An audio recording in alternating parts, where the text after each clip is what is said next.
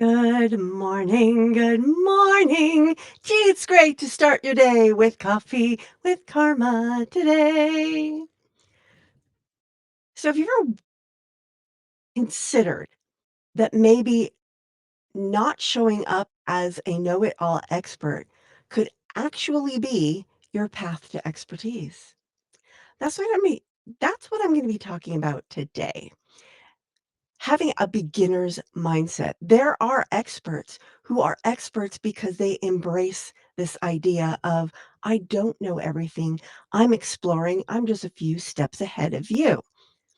And when I was thinking about this episode, it reminded me of a book by Benjamin Hoff called The Tao of Pooh, in which he used characters of the Hundred Acre Wood, some of my favorite characters in literature, to explain Taoism.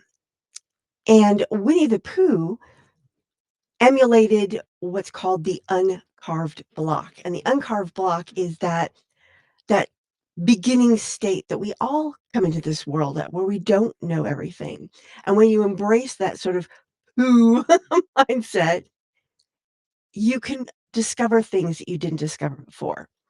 So today, I'm gonna be talking about 5 ways that a beginner's mindset can help you own your expertise and become an authority in your field.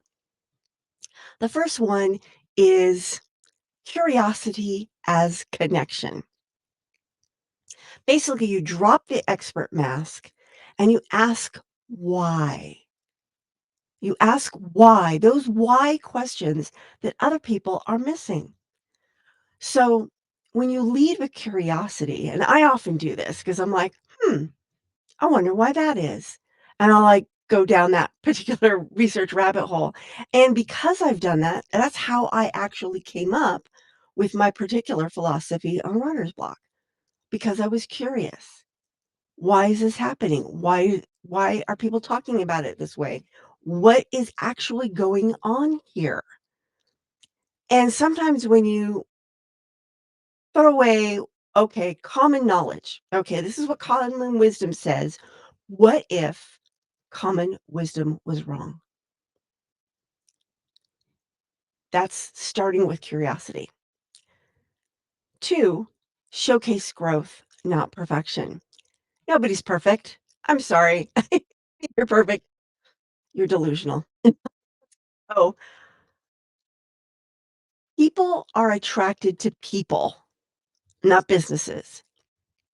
You don't need to have this perfect facade. You can show that you're growing, you're learning. Now, but here's the key. You don't say, "Here's my hot mess, and I'm in the middle of my hot mess, and oh my gosh, I'm a hot mess." That's not helpful to anybody, and people just feel sorry for you. But if you are a hot mess now, you learned something, and then you shared, "Oh, guess what? I was a hot mess back then, but here's what I learned." Then what you're doing is you're showing a expertise of growth. And you're showing the other, if you can do it, other people can do it too. Tip number 3, that is take your audience behind the scenes. And what that means is you share those learning moments that you have. It's very similar to what I just talked about where you're showcasing growth. You can, like, for example, you do a launch and the launch goes really well, but there was a lot of stuff behind the scenes that was like, "Ugh." Can show like, okay, you participated in this launch. You watched this launch. It was fantastic. I did really well, but here are the lessons I learned along the way that I will do better next time. And show them this is what happened. Okay, so my technology failed at this point, or I forgot to send out this email here, or I didn't communicate with my designer there, or whatever the things are that went wrong in that thing that you're talking about. But basically, this is like learning moments.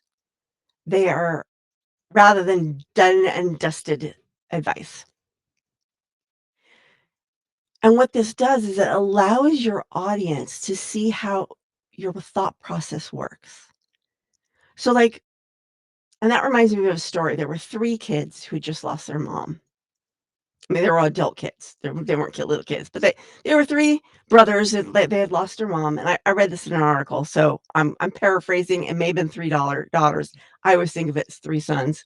Anyway, they all had the same mother. They all grew up with the same mother, but they all had a different perception of her. And they're talking about this habit she had where she would pour them a glass of milk, take a sip, and then give the milk to the child. Well, one sibling thought, "Oh, how sweet. She's trying to make sure that it's still fresh." And another one just thought, "Why are you drinking my milk?" I can't remember what the 3rd one said, but it was like completely different experiences. One person thought the mother was being sweet. Another thought the mother was being greedy or mean or selfish. Same behavior, different perspectives. So, by showing these behind the scene things, you show people how you think. And when people resonate with how you think and they want to think like that too, they are more likely to follow you. Tip number 4, frame advice as insights, not commandments.